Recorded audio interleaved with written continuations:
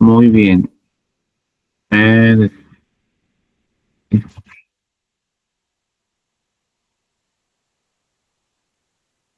Muy bien, como les comentaba, la materia se llama Estructura Socioeconómica de México 5.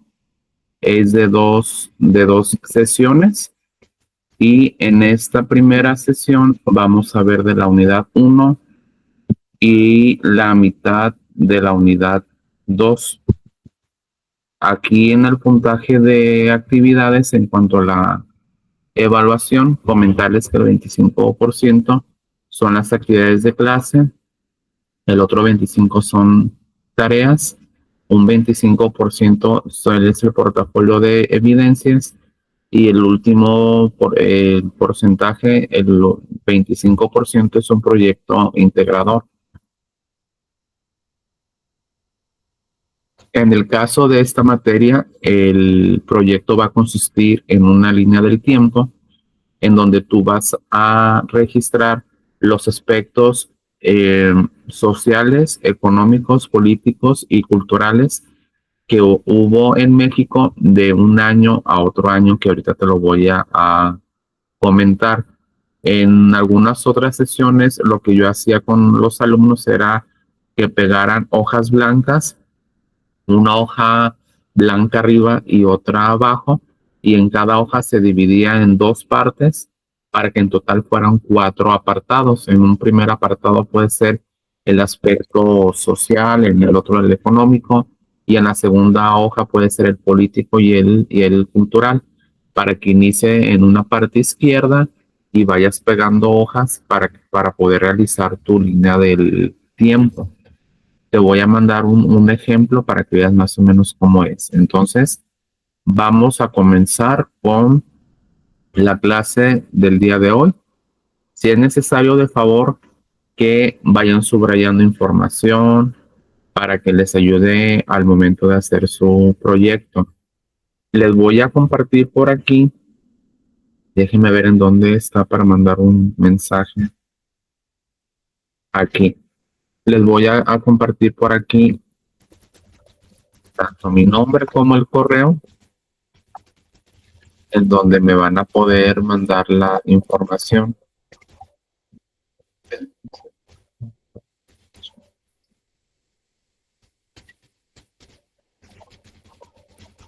Ese es el correo en el cual me van a poder mandar la información. Entonces, vamos a continuar con la unidad 1 que nos habla acerca de la introducción a la estructura socioeconómica. El día de hoy vamos a ver el punto 1, que es conocimientos básicos para el estudio socioeconómico. 2, categorías del análisis socioeconómico. Y 3, principales teorías del crecimiento económico. Entonces vamos a comenzar en la página 8, que es esta, que habla acerca de la introducción a la estructura socioeconómica. Como objetivo tenemos que es analizar la realidad socioeconómica de la comunidad, región, estado o país, utilizando conceptos, categorías y teorías que permitan reflexionar sobre diferencias y desigualdades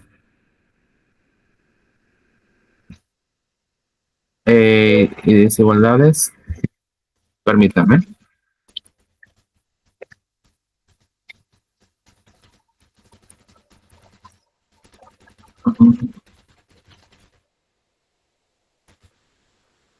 Y desigualdades de su entorno, favoreciendo la conciencia social. Entonces, como primera actividad, es una actividad diagnóstica que me vas a mandar, por favor. Se manda al correo. Dice: evaluación diagnóstica, ¿con qué conocimientos cuento? Algunos de los conceptos que aprendiste en la materia de introducción a las ciencias sociales se encuentran en la siguiente sopa de letras. Busca las palabras que se encuentran en la parte debajo de la tabla. Enmarca cada una de ellas. Aquí tenemos una sopa de letras y lo que vas a hacer, vas a encontrar las siguientes palabras: mercado, urbanización, ciencia, empírico, sociología, Marx, Weber, economía, industria, revolución, desarrollo, cambio y social.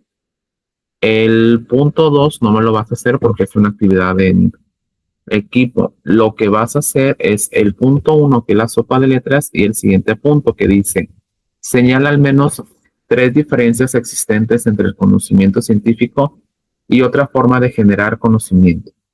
Entonces me vas a entregar como evaluación diagnóstica el punto 1 y el punto 3, por favor.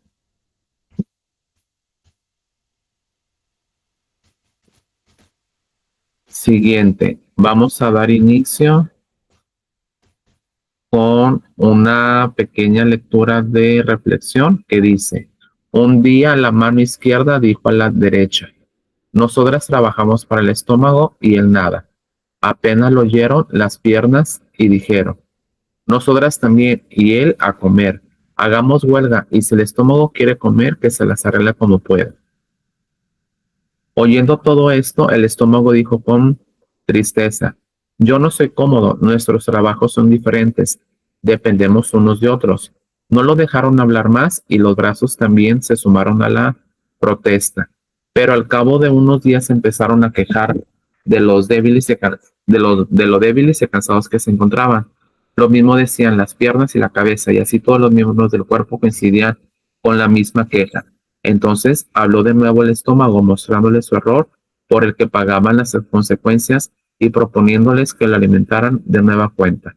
La cabeza pensó, las piernas fueron del lugar donde había comida, las manos llevaron el alimento a la boca y poco después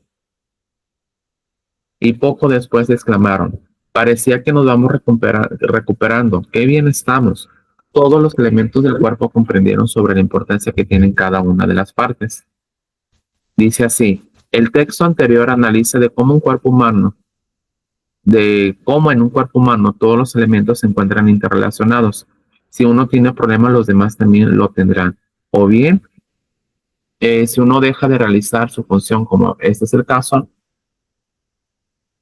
los demás sufren las consecuencias. Este es un pequeño texto para reflexionar, que es lo mismo que pasa en una sociedad.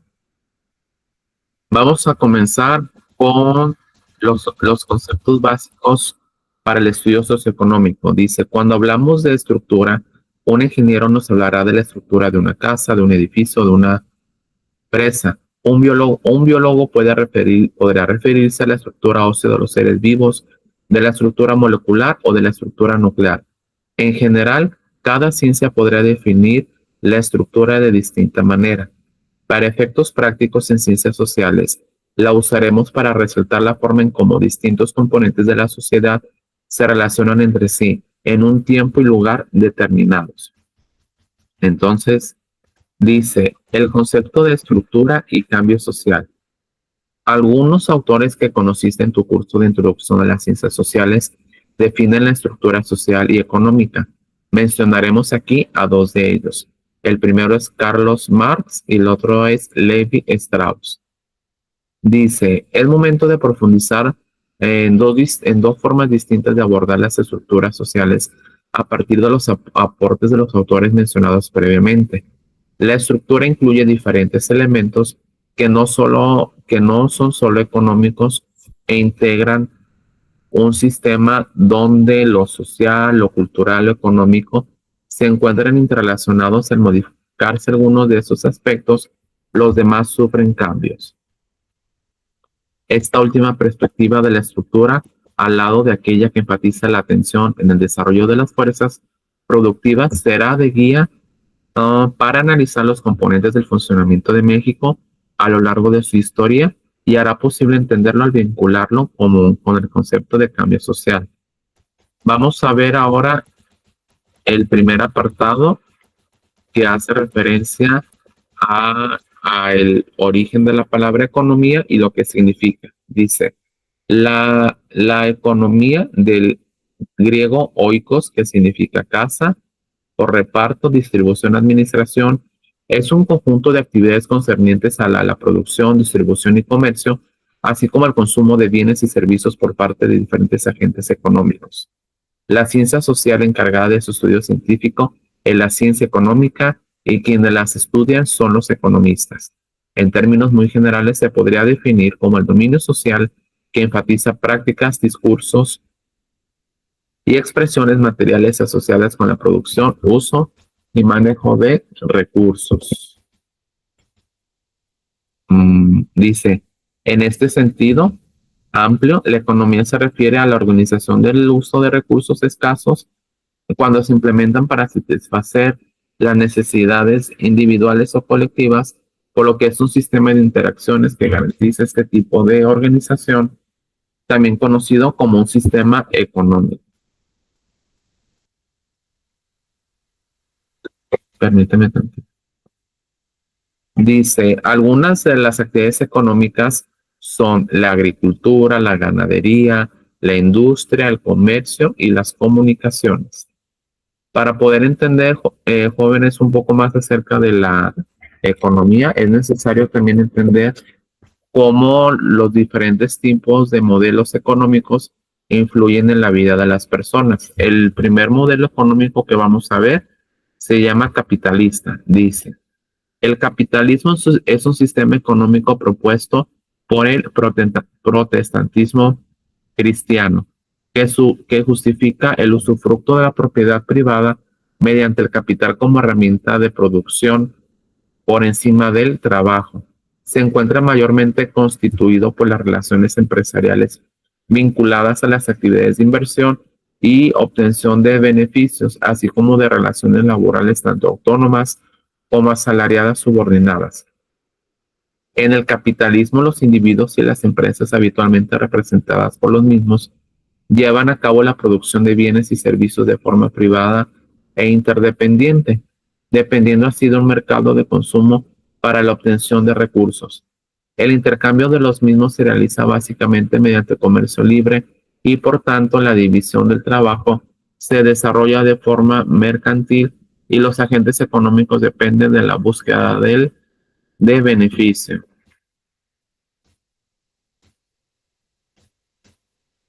Vamos a ver ahora los principales indicadores económicos. Dice, los indicadores económicos son una serie de datos estadísticos que permiten evaluar y predecir las tendencias económicas de un país, siendo señales resultantes del comportamiento de las principales variables económicas, financieras y monetarias, que a través de un análisis comparativo se observa entre un periodo. ¿Dónde me quedé? A ver, espérenme. Entre un periodo de tiempo determinado y otro. Algunos de los indicadores económicos de México son el Producto Interno Bruto, la inflación, la tasa de interés, el índice de precios y cotizaciones de la Bolsa Mexicana de Valores, tasa de desempleo, balance de pagos, así como el riesgo del país y el EMPI. Todos estos indicadores económicos de México consiste en interpretar esos indicadores que permiten a los gobiernos tomar decisiones en materia monetaria y fiscal y sobre todo que pronostiquen y anticipen cambios futuros en cuestión económica. Entonces, sí es importante conocer y determinar cómo estos indicadores influyen en la economía de México. Vamos ahora con los sectores productivos. Permíteme tantito.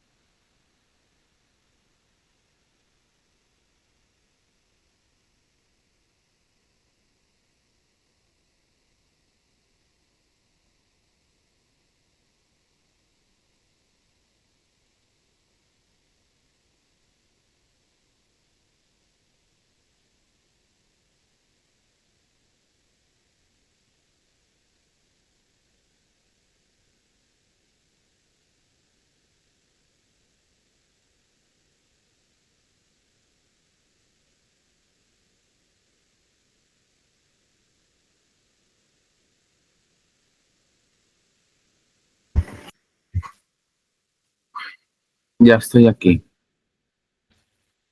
Vamos a ver ahora acerca de los sectores productivos. Dice, Los sectores de la economía en México comprenden 5 grandes bloques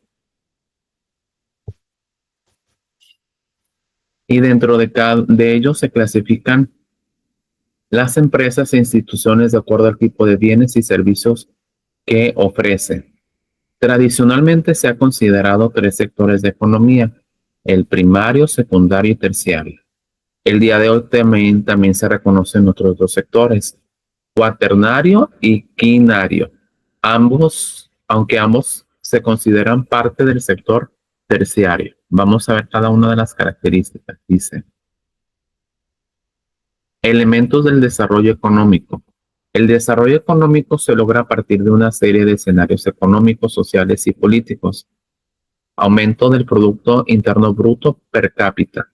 Los países desarrollados poseen un Producto Bruto Interno alto debido a la producción y comercialización de bienes y servicios.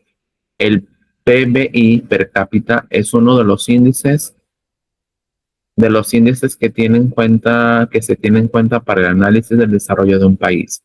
Este índice mide el total de los ingresos de un país en relación al número de habitantes.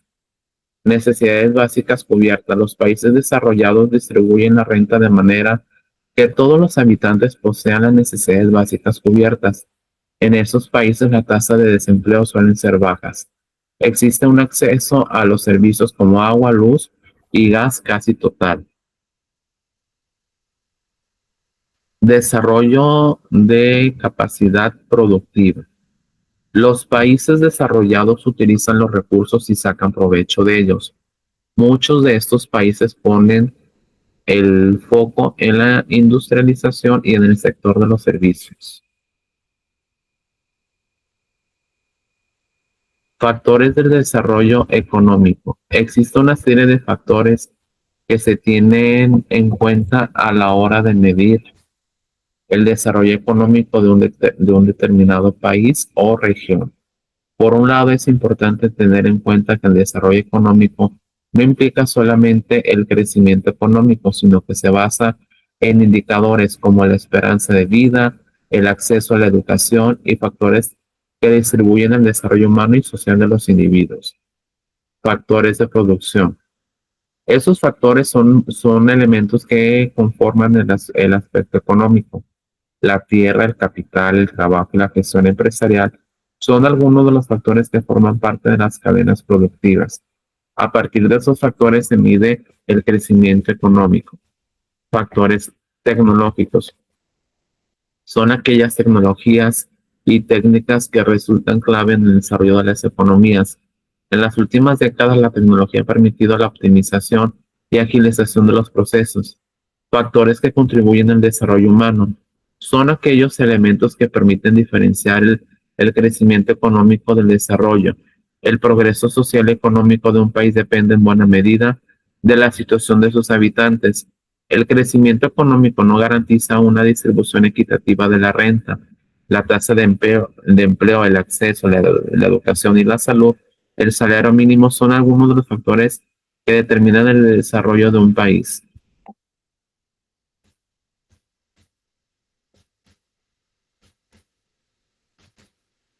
Crecimiento económico. El crecimiento económico es el aumento de renta o valor de bienes y servicios finales producidos por una economía, generalmente de un país o de una región, en determinado periodo, generalmente en un año. A grandes riesgos, el crecimiento económico se refiere al incremento de ciertos indicadores como la producción de bienes y servicios, el mayor consumo de energía, el ahorro, la inversión, una balanza comercial favorable, el aumento del consumo per cápita, etc. La mejora de estos indicadores debería llevar teóricamente a un alza en los estándares de vida de la población.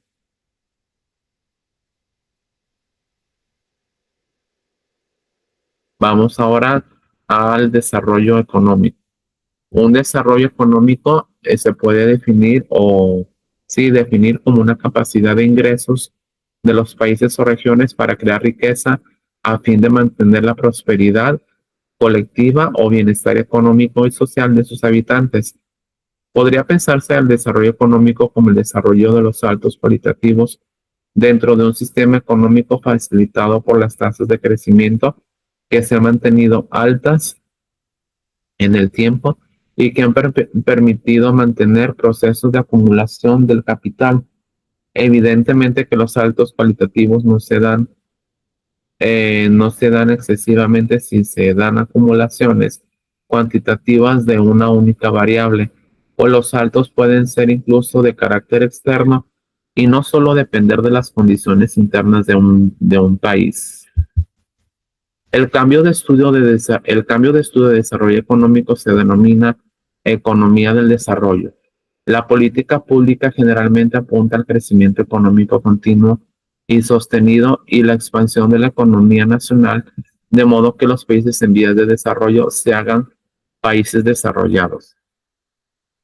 El proceso de desarrollo económico supone ajustes legales e institucionales que son hechos para dar incentivos para fomentar innovaciones e inversiones con el propósito de crear un eficiente sistema de producción y un sistema de distribución para los bienes y los servicios.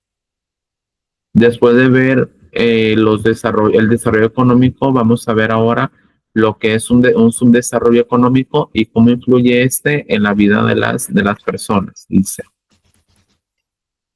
el subdesarrollo es aquella situación donde no se cuenta con cierta cantidad de riqueza. Permítanme.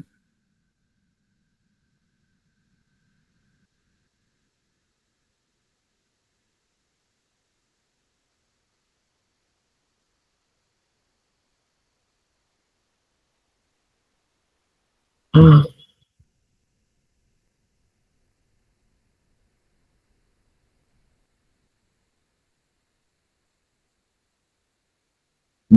listo.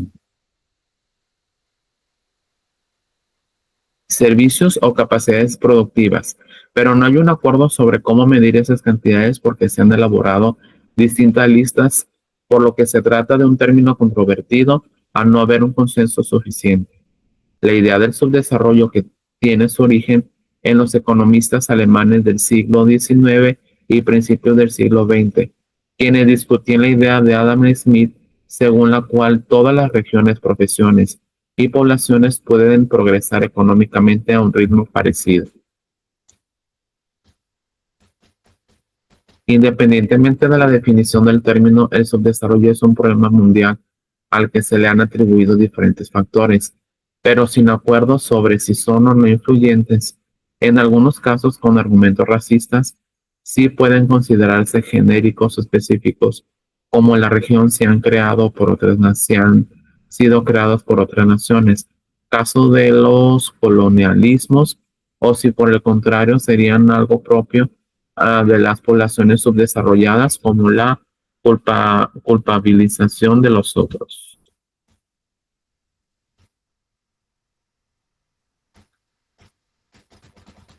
Vamos a ver ahora, jóvenes, de la unidad 1, introducción a la estructura socioeconómica. Vamos a ver ahora el punto número 2, que habla acerca de las características del análisis cualitativo.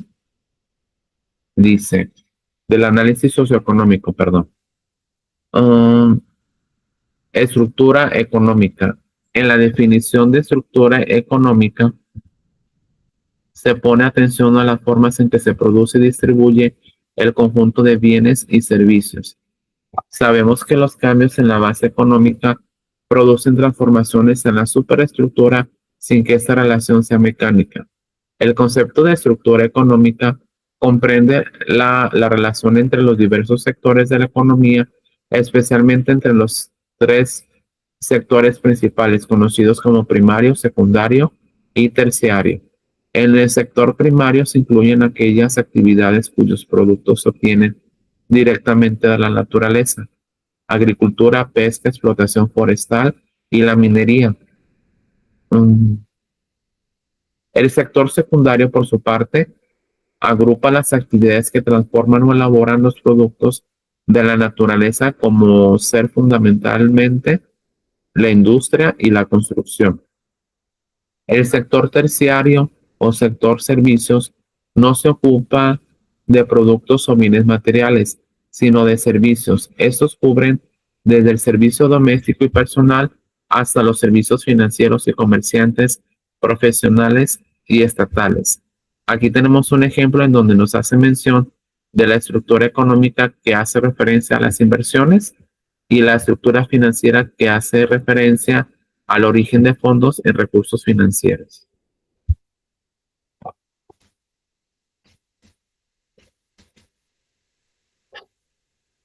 Vamos a ver ahora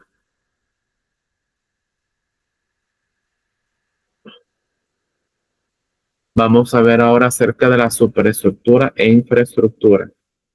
En teoría económica, la superestructura es un concepto de origen marxista que sirve para definir al conjunto de elementos de la sociedad que dependen directamente de la infraestructura y estructura, comprendiendo de este modo las normas jurídicas, así como la influencia del sistema político y religioso, conjugándose en un determinado momento histórico. Asimismo, se pauta una fuerte diferencia de clases entre el empleador y el empleado. El concepto de superestructura es fundamental en el desarrollo de toda la teoría económica marxista. Es más, supone uno de los componentes básicos de la tesis del materialismo histórico. La superestructura no adopta una personalidad propia independiente, sino que está directamente relacionada con las condiciones económicas de la sociedad. La infraestructura, en términos de Karl Marx, es una combinación de elementos que constituyen la base de toda la sociedad, donde las relaciones de producción, junto con las fuerzas productivas, mantienen la estabilidad y aportan el crecimiento necesario para el desarrollo y el bienestar social. Dentro de las infraestructuras se encuentran todos los recursos mobiliarios, laboratorios, materiales, servicios y toda la cuestión financiera en la que se basa la inversión y el financiamiento. Por supuesto que su perfecta estabilidad se refleja en el crecimiento. Para lograr una infraestructura fuerte, el Estado genera políticas que mantienen estables las variables involucradas, tales como el empleo, la inversión, el ahorro y la inflación, por mencionar algunas. El siguiente punto que vamos a ver hace referencia a los tipos de cambio social.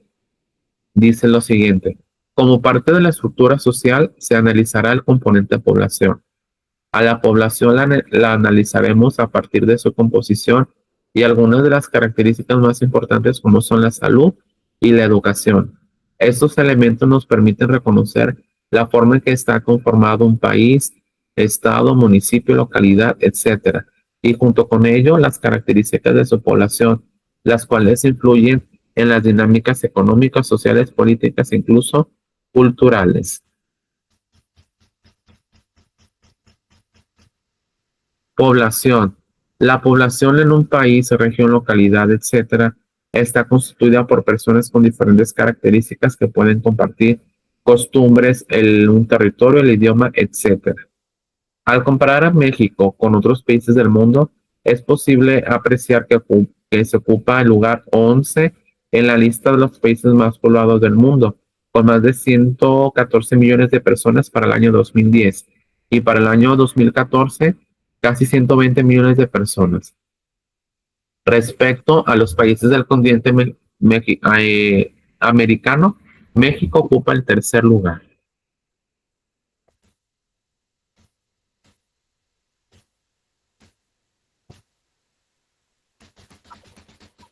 Permítame tantito.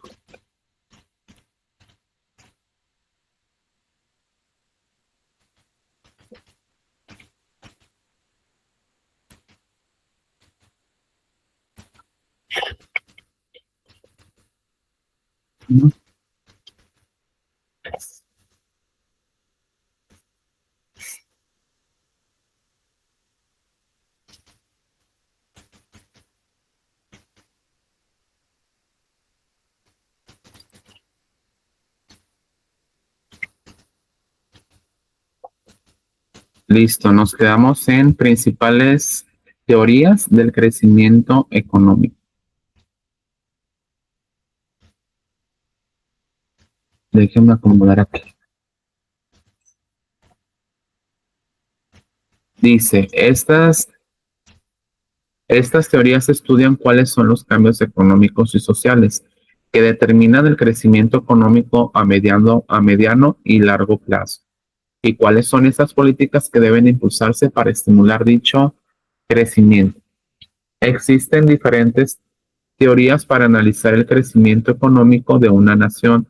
Los economistas reconocen diversas teorías, de las cuales las principales son el modelo clásico, el capitalismo periférico, el crecimiento continuado y los ciclos económicos.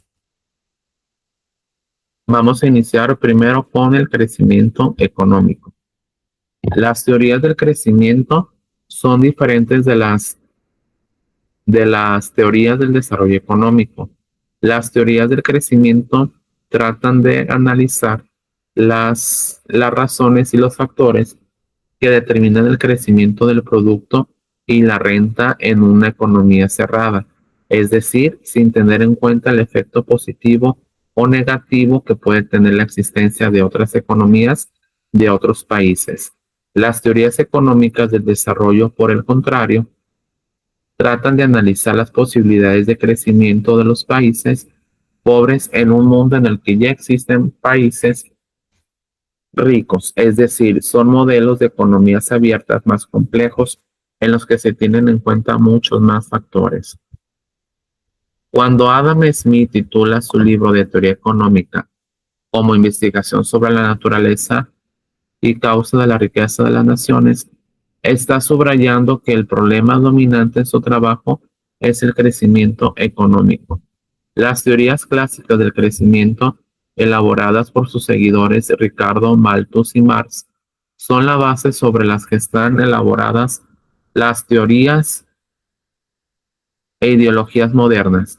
Si la palabra malthusiano sigue siendo útil hoy día para definir o insultar, es conveniente que el que la utilice sepa realmente qué dijo Malthus. Modelo clásico.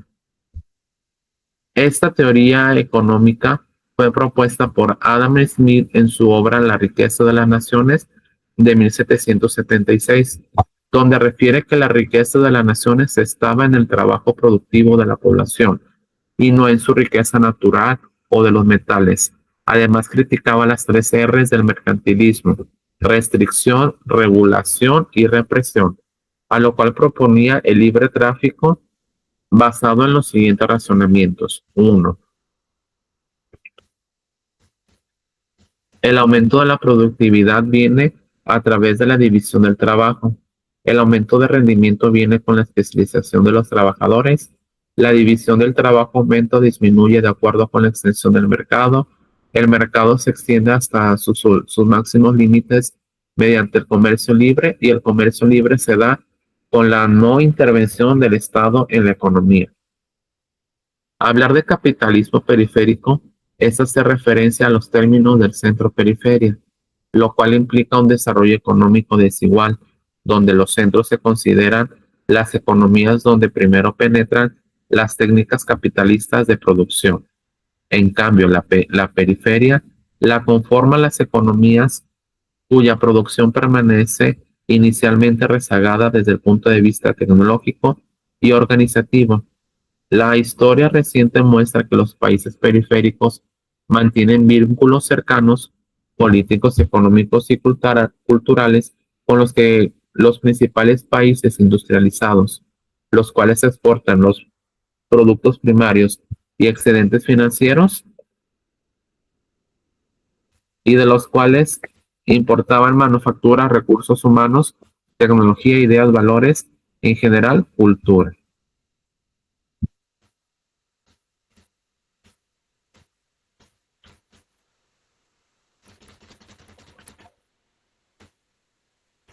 Crecimiento continuo.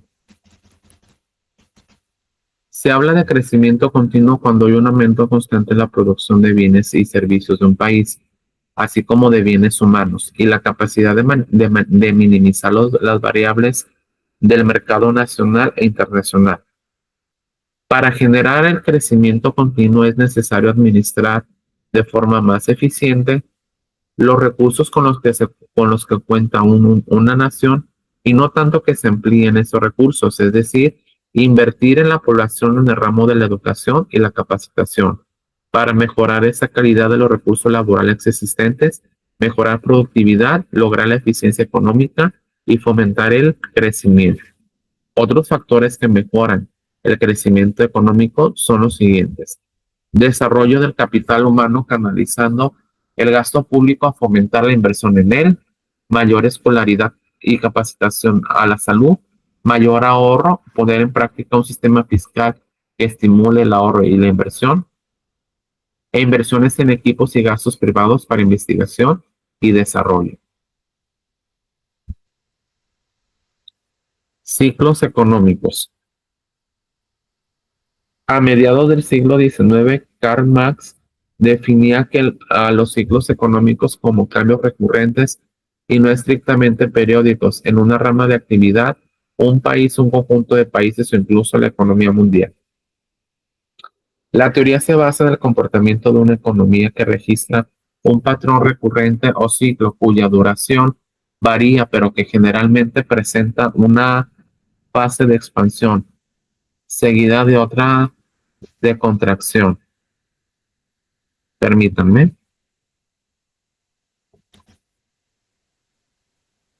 tantito. Listo. Las fases del ciclo económico, las fases del ciclo económico son principalmente cuatro: crisis, depresión, recuperación o reanimación y auge, que están aquí en este esquema. Vamos a ver las actividades que vas a realizar. Leyendo la unidad 1, es necesario que la lean en casa. Vas a hacerme lo siguiente. Dice: actividad: diferencias de países desarrollados y subdesarrollados. Como es una actividad en equipo, esta actividad te la voy a encargar de manera individual. Vas a investigar características económicas, sociales y políticas de 5 países desarrollados y 5 países subdesarrollados. Esta lista de países desarrollados y subdesarrollados te encargo que la investigues del año más actual posible. No sé si sea 2024 o 2025, pero te encargo que sea de una lista actual que tú encuentres por internet. ¿Qué se va a hacer? Vas a hacer un dibujo del continente de ese país. Por ejemplo, si los 5 países desarrollados es Europa, por ejemplo, vas a dibujarme el continente europeo y al centro vas a investigar la información investigada. Si, por ejemplo, los 5 países subdesarrollados que encontraste están en China o en América, me vas a dibujar el continente por fuera y adentro me vas a poner esas características que te dije, las características económicas, sociales y políticas. Y me lo vas a mandar. Si no lo puedes hacer en una cartulina, lo puedes hacer en hojas blancas, por favor. Pero que se vean los dos continentes. Puede ser, por ejemplo, el europeo y el asiático o el americano, dependiendo de la información que tú encuentres. Vamos a ver.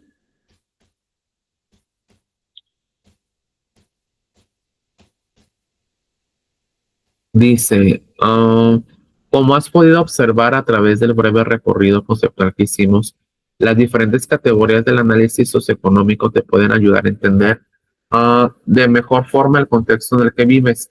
Al mismo tiempo te proporcionan herramientas para que puedas distinguir y contextualizar conceptos como el de crecimiento, desarrollo y subdesarrollo económico. También se muestra la manera en que comúnmente los instrumentos para realizar el análisis económico de los países adolecen de incluir a las instituciones que conforman el sistema político. También aprendiste a diferenciar conceptos como Estado y gobierno y las características de los principales sistemas políticos que existen en el mundo. A partir de esto es más fácil comprender de manera íntegra el sistema político mexicano para interpretar tu realidad y entender la dinámica en la que funciona nuestro país. Dice, después de lo aprendido en este bloque, que es el bloque uno, observas de manera distinta tu país, estado o comunidad y me vas a poner aquí en las líneas de qué te das cuenta acerca de cómo está tu país, tu estado o tu comunidad con relación a los cambios o sí, a los cambios o a los aspectos económicos, políticos y sociales. Sí, aquí me lo vas a poner y me lo mandas, por favor.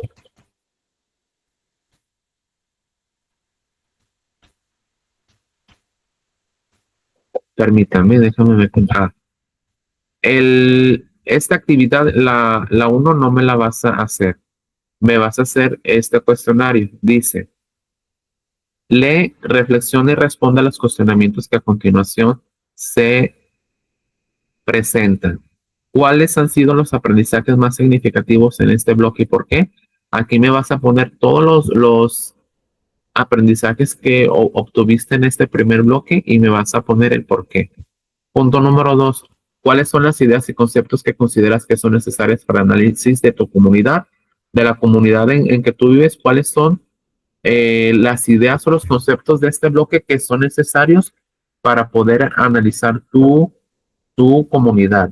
Y lo último es, ¿consideras que lo aprendido está, permítanme, consideras que lo aprendido, que con lo aprendido estás preparado para describir mediante un análisis alguna problemática que se presenta en tu comunidad?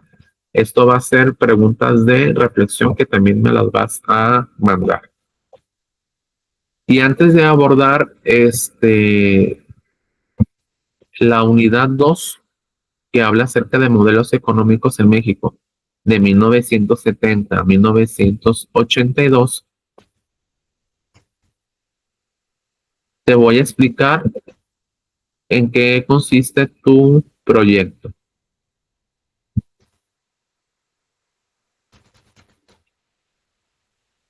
Permítame tantito, ¿eh? Voy a ponerte un Word para que veas cómo lo vas a hacer. Unidad 3.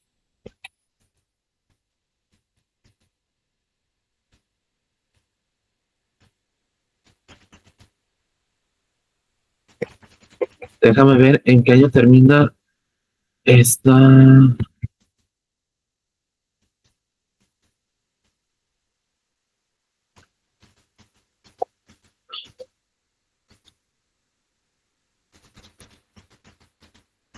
Permíteme tanto. Ah,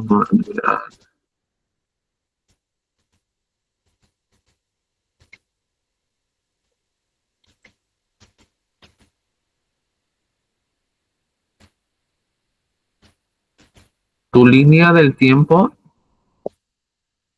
o el proyecto que vas a desarrollar se llama Modelo Económico en México de 1970 a la actualidad. ¿Qué me vas a hacer? Permíteme tantito para que se abra Word. Deja poner una hoja en limpio. Fíjate muy bien.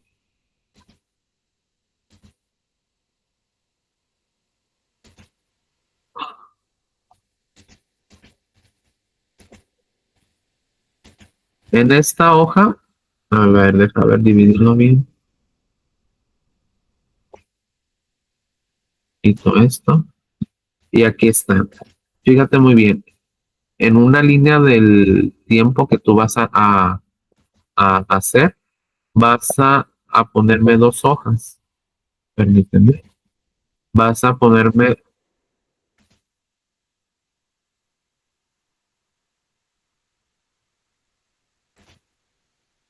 vas a ponerme una hoja dividida en dos partes y otra hoja dividida en otras dos partes.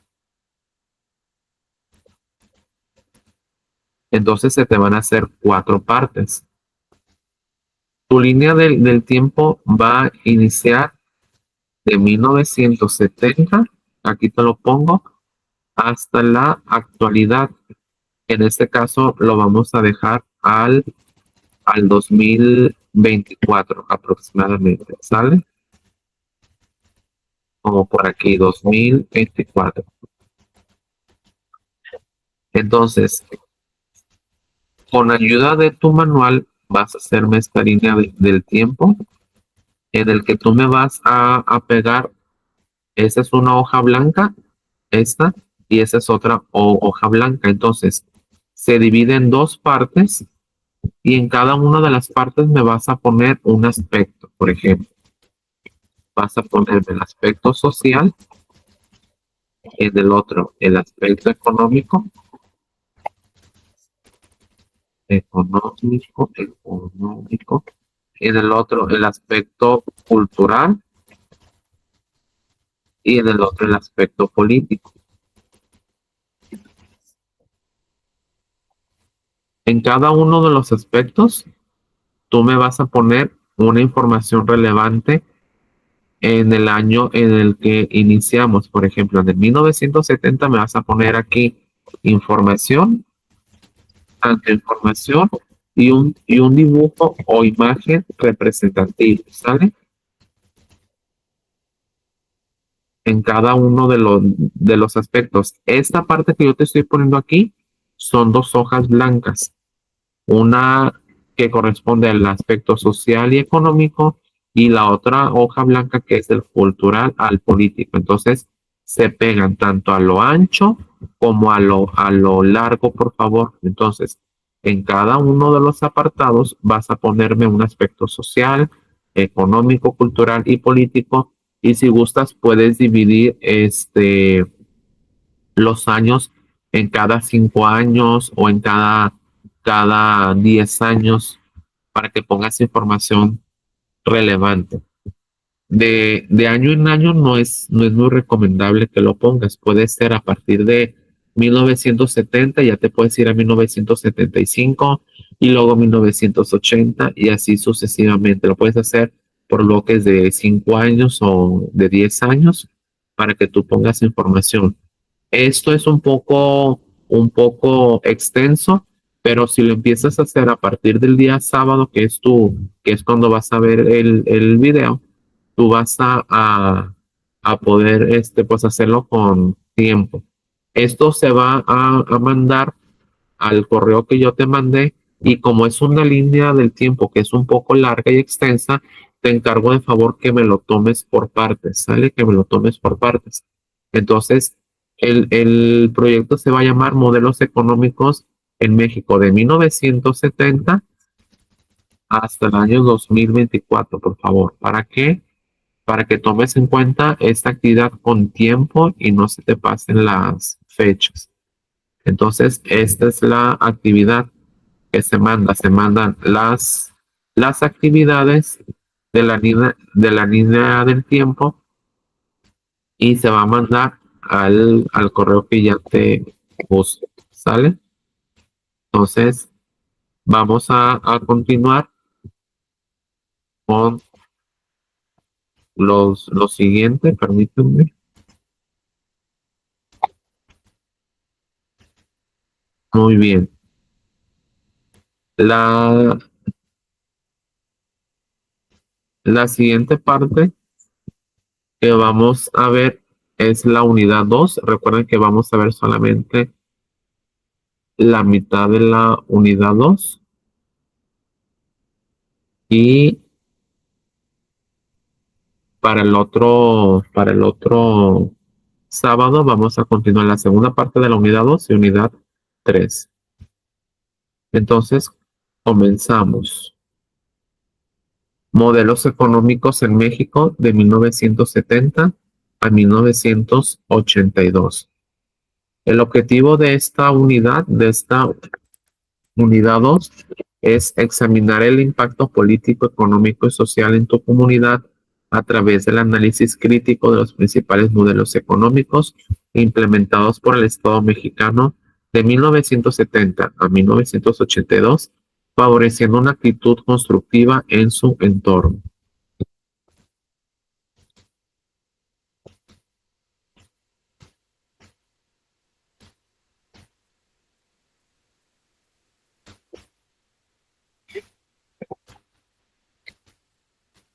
Vamos a iniciar con esta actividad de reflexión que dice lo siguiente.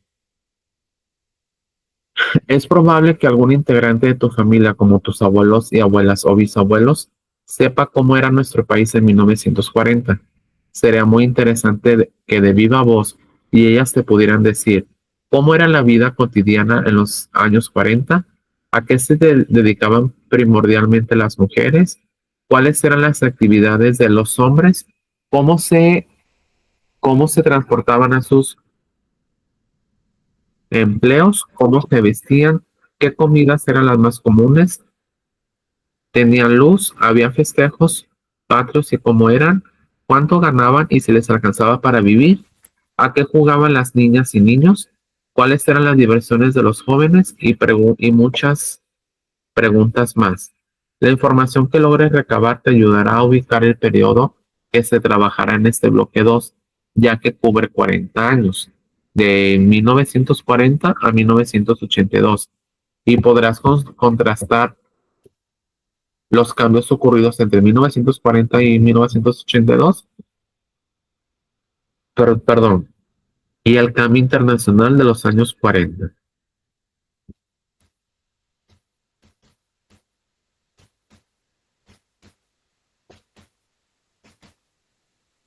Vamos a iniciar con los modelos económicos en México previos a 1970. Dice, en esa época la población total era de más de 19 millones de habitantes y poco menos de la mitad eran hombres. La tasa media de crecimiento anual fue de 2.64, por lo que México era un país claramente rural.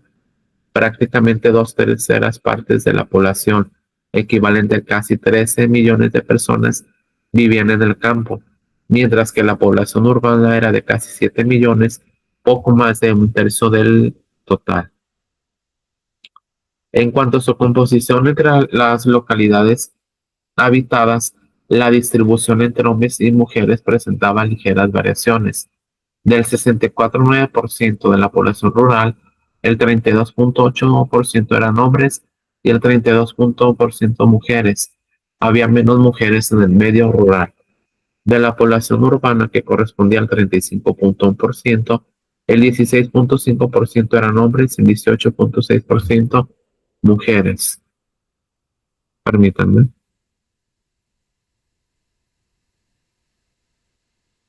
Mm, mujeres. Había menos mujeres en el medio rural. De la población urbana, que correspondía al 35,1%, el 16,5% eran hombres y 18,6% eran mujeres. Había 2,1% más mujeres en las poblaciones urbanas. Eso es como parte de historia. Vamos a ver ahora la concepción del Estado benefactor. El estado benefactor o estado de bienestar se refiere a aquel conjunto de decisiones y acciones llevadas por un estado, tomadas con el fin de satisfacer necesidades básicas de la población a través de la redistribución de la riqueza o la inversión del gasto público en la mejora de aspectos sociales y económicos.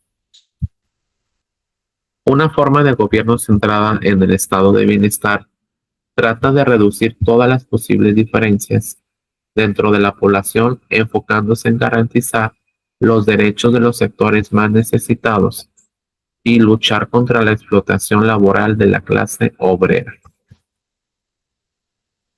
Aquí viene una pregunta que es como parte de la unidad 2, que dice lo siguiente. ¿De qué forma puede un gobierno implantar el Estado benefactor?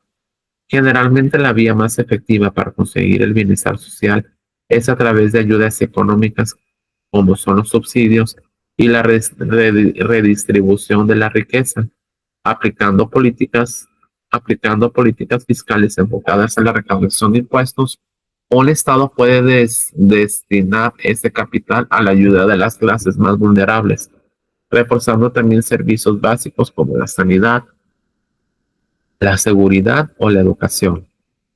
Sustitución de importaciones. Ya se había mencionado que México aplicó la sustitución de importaciones a principios de los años 40 como estrategia de crecimiento económico para alcanzar su desarrollo. La sustitución de importaciones consistió en que el país produjera o fabricara internamente los bienes de consumo que antes se importaban, que se compraran en otros países. Así se sustituía lo que antes se importaba y se consumía lo que se producía a nivel nacional o local. Para lograrlo, el Estado se erigió como el rector de la economía e intervino en su orientación y regulación, aplicando una serie de medidas proteccionistas como uno, imponer barreras arancelarias altas, rigurosa protección de la producción local, explotar materias primas tradicionales, importar solo lo necesario como equipos, materias primas, insumos básicos que requería el apoyo industrial, controlar las divisas y licencias de protección, de importación, perdón. Permítame unos minutos, voy al baño.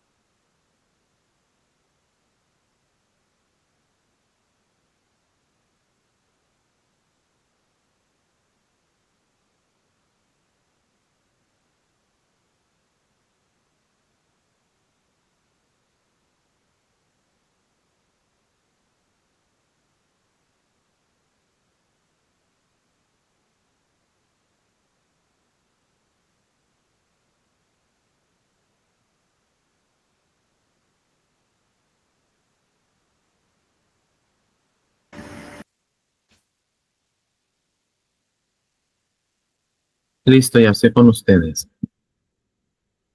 El siguiente punto que vamos a ver es el desarrollo estabilizador. Dice, el desarrollo estabilizador son los 15 años que van de la devaluación de 1954 hasta 1970. El crecimiento promedio fue de 6.8%, la producción industrial creció 8% y la inflación solamente fue 2.5%. En realidad fue un periodo de oro del capitalismo. Las economías desarrolladas crecieron 4% anual, pero en esa ocasión México sí pudo participar de la bonanza gracias a las políticas económicas internas de esa época, que pueden servir de inspiración a políticas actuales que sirvan para que la economía del país logre eh, crecer después de décadas de estancamiento. El desarrollo estabilizador se basaba en la división del trabajo entre el gobierno, los empresarios, los obreros, la burocracia y los campesinos. El gobierno ofreció a los agentes económicos reglas claras y la capacidad de construir consensos. Los salarios de los trabajadores organizados crecían en términos reales y se les ofrecieron prestaciones, servicios educativos de salud y de seguridad social. Se mejoraba la situación de todas las clases sociales, aunque se mantenían las desigualdades en términos de ingreso.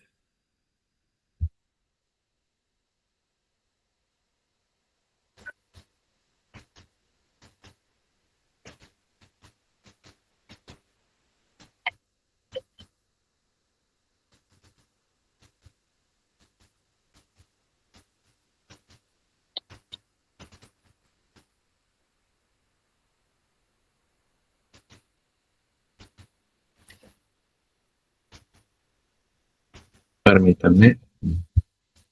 Vamos a ver el siguiente punto, que es el modelo de desarrollo compartido y modelo de desarrollo acelerado.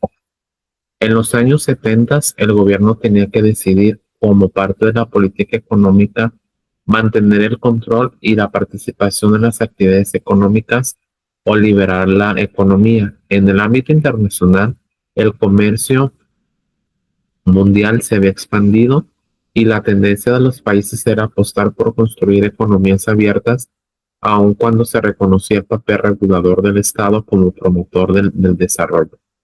El descubrimiento en 1970 de yacimiento de petróleo permitió financiar una parte importante del gasto público que se orientó a la creación de una infraestructura productiva, generación de empresas productoras de bienes de capital. Es evidente que la crisis de 1976 representó la primera gran manifestación de los problemas estructurales e intencionales de la estructura productiva de la economía mexicana y de las contradicciones mismas del patrón del crecimiento seguido desde la década de los 40. Medidas políticas. Por otro lado, la distribución del ingreso desigual permaneció casi intacta.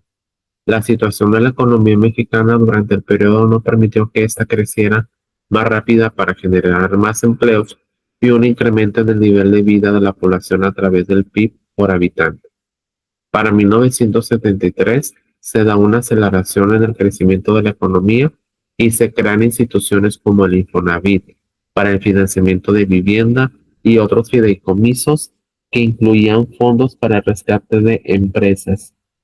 En un periodo de 6 años, el país enfrentó 3 devaluaciones del peso mexicano. En 1976, después de 22 años, se devaluó de 12.5 a 20.50 por dólar.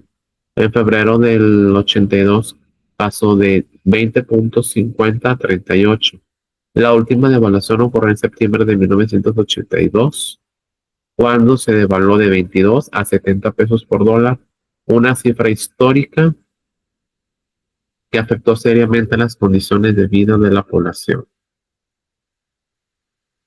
Vamos a ver ahora cuáles fueron las medidas económicas que se hicieron ante esta problemática. Dice, en el periodo de 1970 a 1975, con la inflación promedio superior a la de Estados Unidos y con el peso sobre sobrevaluado, se estimaban las importaciones y resultaban menos ventajosas las exportaciones mexicanas. Esta situación pronto se reflejó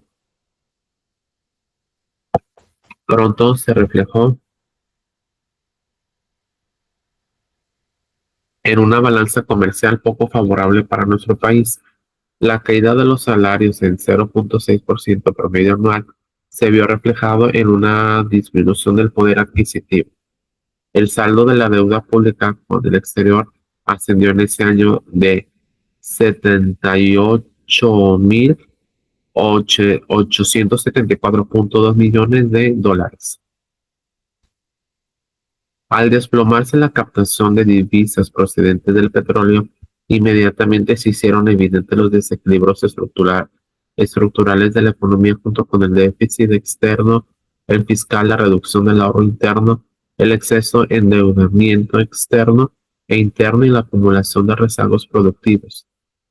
En conjunto, esos elementos condujeron a una caída de la actividad económica y a la reducción del ingreso per cápita. Este desequilibrio provocó la devaluación, impactando negativamente sobre la deuda y repercutiendo en la confianza de los agentes económicos. Estas fueron las bases de la fugaz de capital. Vamos a ver ahora cuál fue el impacto social que hubo a raíz de esta fuga. Dice, el impacto social. La clase media, que en 1970 era del 25%, y la clase rica continuaron beneficiándose ahora con el modelo compartido.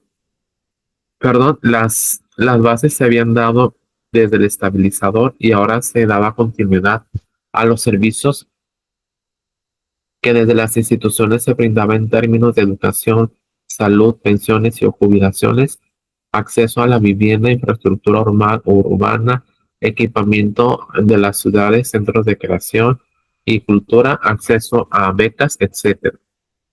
No obstante, el auge petrolero en esos años previos y posteriores a la crisis de 1976, el empleo comenzó a faltar, se acentuó la migración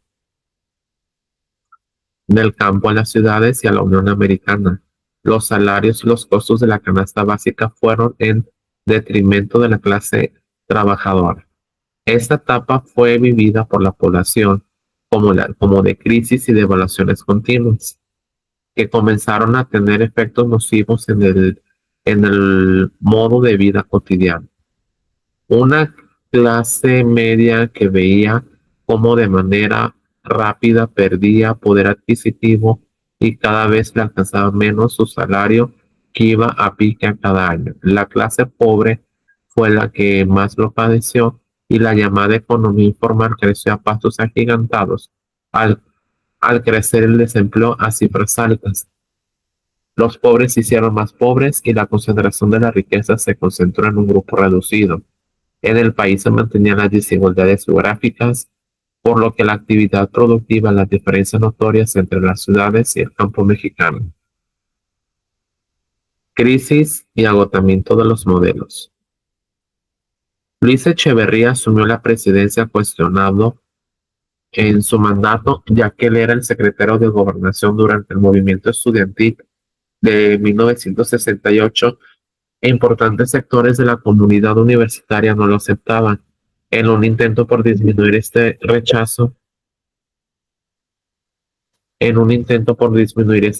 se le asignó a la UNAM un presupuesto que creció en un 1,688% y ofrecieron plazas en su administración federal a varios egresados de la UNAM. En ese periodo habían varios sectores de la sociedad ubicables en la clase media: los sindicatos dependientes, los movimientos campesinos y la guerrilla, que empujaban fuertemente a abrir caminos para crear alternativas a una sociedad altamente controlada. Ante esta presión, a finales de 1971 se concretaron 3 reformas a la ley electoral, consistentes en: 1. Aumentar el número de habitantes de los distritos electorales. 2. Reducción de la edad para ser diputado. 3. Disminución del porcentaje de votación de 2,5 a 1,5 para que los partidos políticos conservaran su registro y obtuvieran diputaciones de partido. Como reflejo de lo anterior, algunos grupos optaron por la vía armada para tratar de cambiar la situación del país, como fue el movimiento estudiantil de 1968. Fíjate muy bien lo que me vas a hacer también.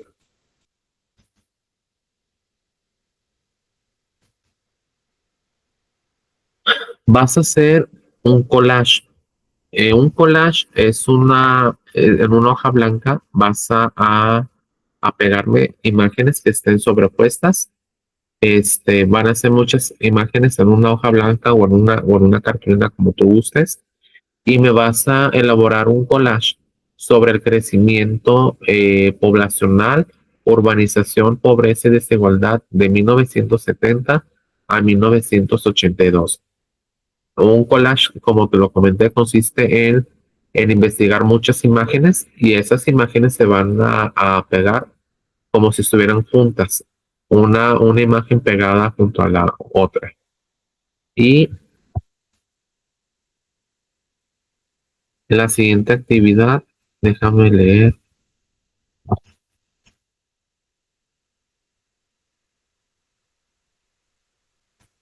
La actividad 2 no la vas a hacer, esa no.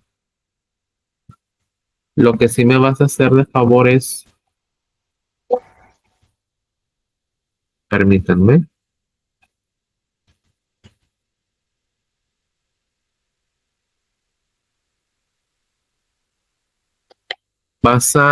en esta actividad que se ve aquí en la página 38, dice, elabora un ensayo sobre el sistema de partido único y su impacto en los movimientos sociales. Vas a hacerme una pequeña investigación.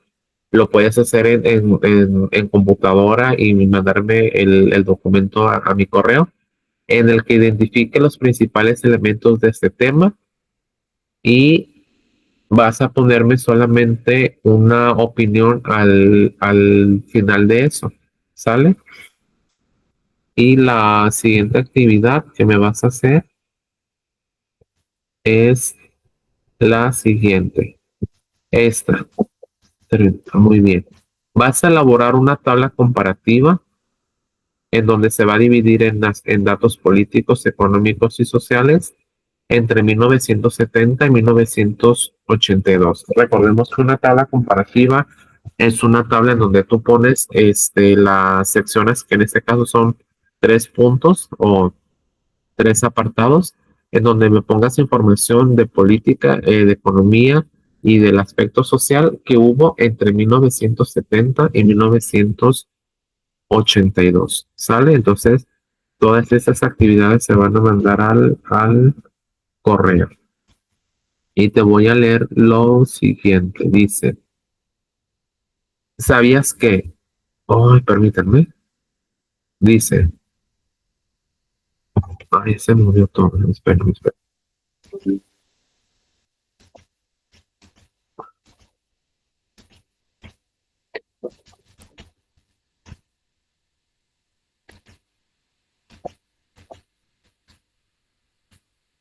No le puedo quitar esto.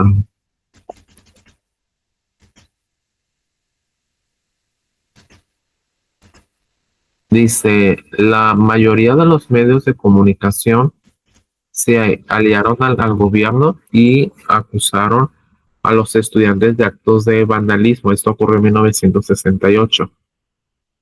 De provocadores, de falta de respeto a las instituciones, de pandilleros y agitadores que generaban disturbios y escándalos que alteraban la paz social, de estar influenciados por comunistas y que había una conjura o una organización para boicotear los Juegos Olímpicos y dar una mala imagen de México en el mundo.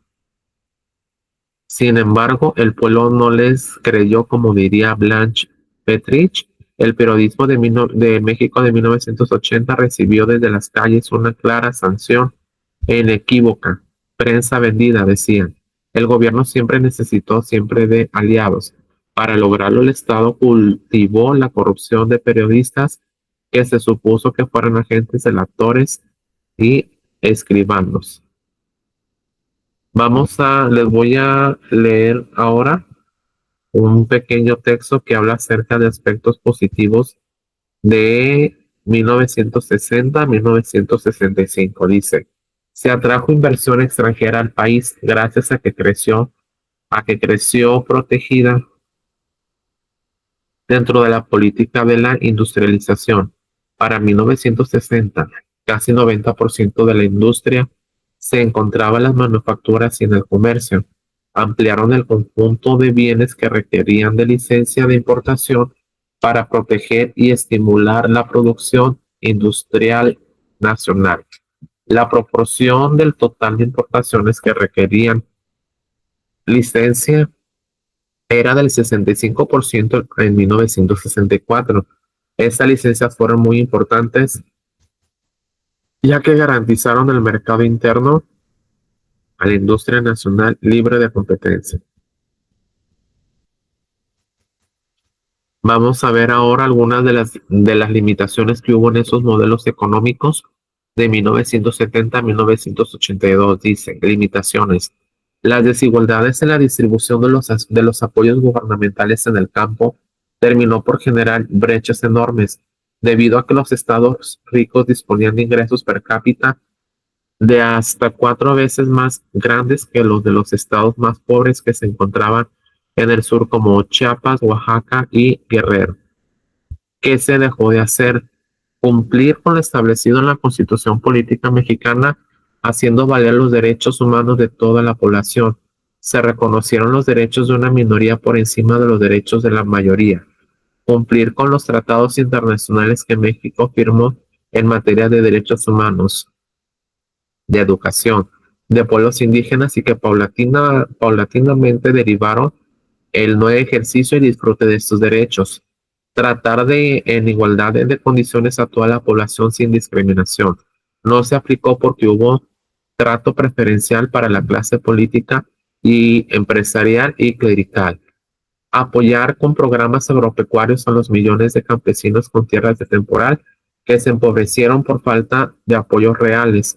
Generar empleos para los millones de mexicanos y mexicanas que vivían en las urbes y que estaban en actividades no especificadas, en el subempleo o desempleo, y que para 1980 ya eran el grupo más grande por encima del sector terciario y secundario.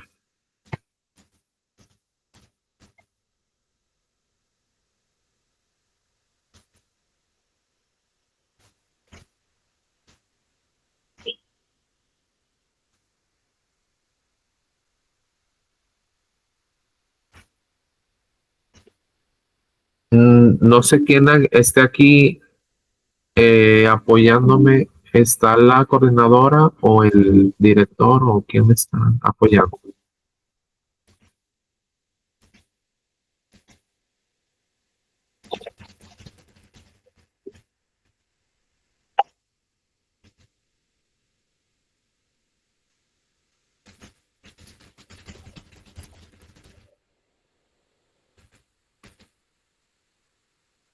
¿Sí me escucho? Hola, hola, buenas tardes.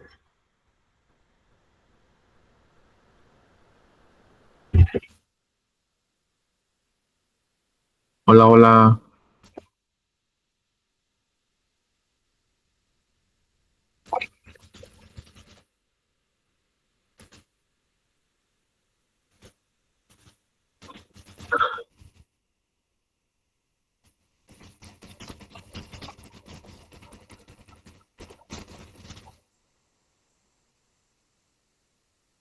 Comentarles, hasta este momento es lo que tengo programado para el día de hoy. Continúo hasta que se termine hasta que sean las 7, porque la siguiente parte es la última unidad. Esta clase es de 2 sábados, ¿verdad?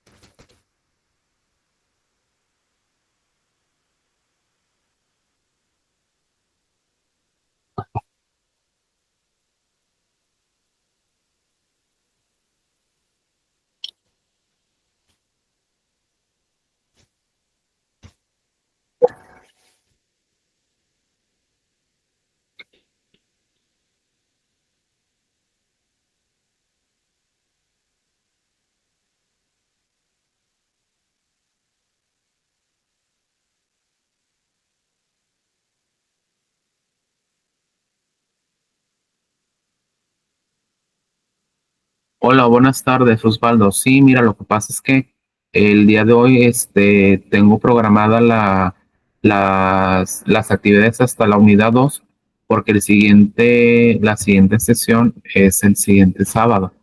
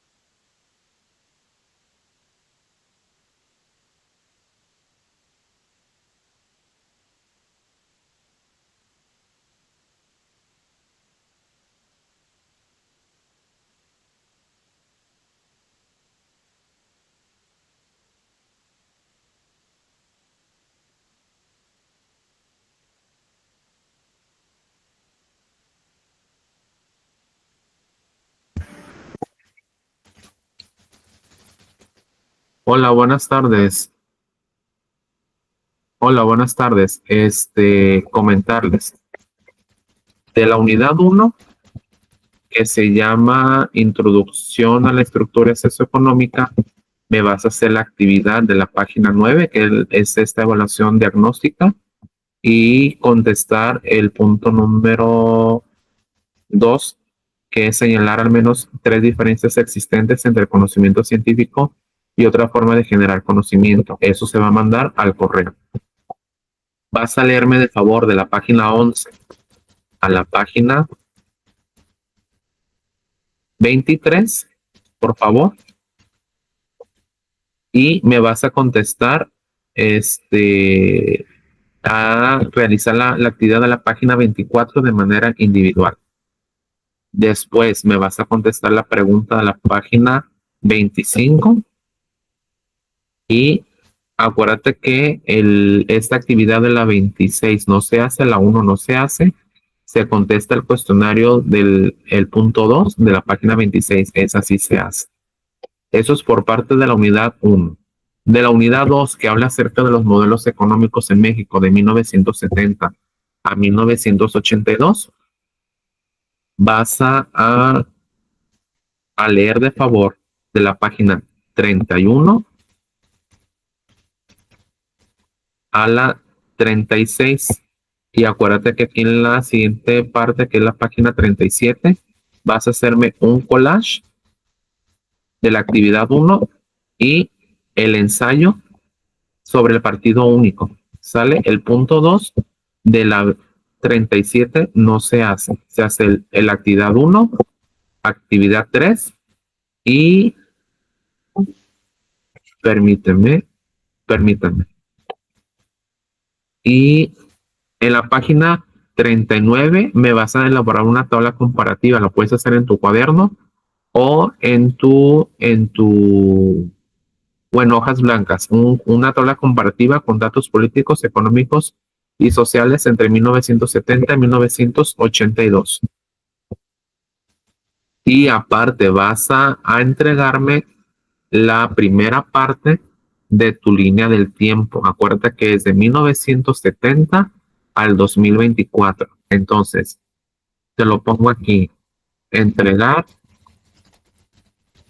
actividades de unidad 1 y 2 más la primera mitad de tu línea del tiempo con aspectos.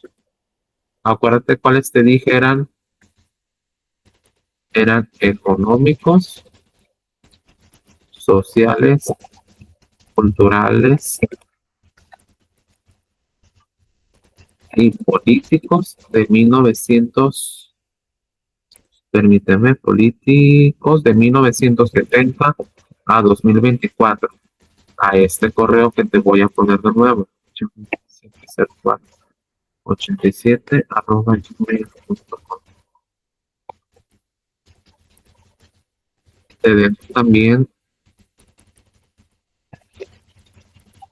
mi número de celular.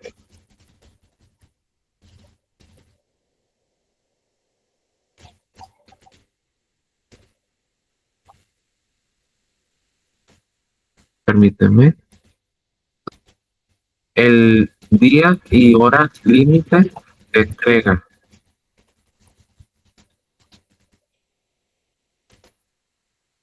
Te encargo de favor que sea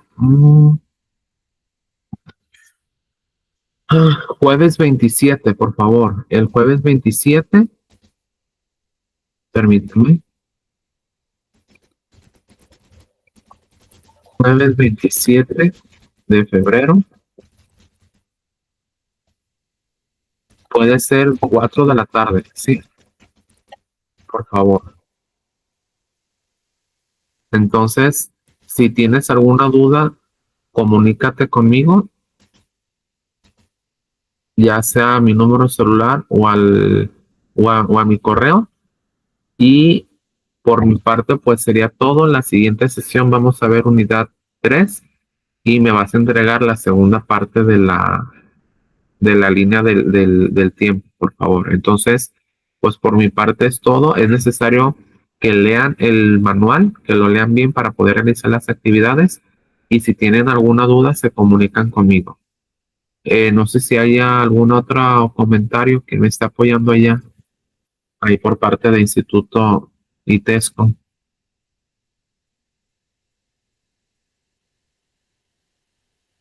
¿no? Bueno, pues entonces, por mi parte es todo. Y acuérdense de mandar las actividades jueves 27 de febrero, 4 de la tarde, por favor. Nos estamos viendo, que estén muy bien. Bye.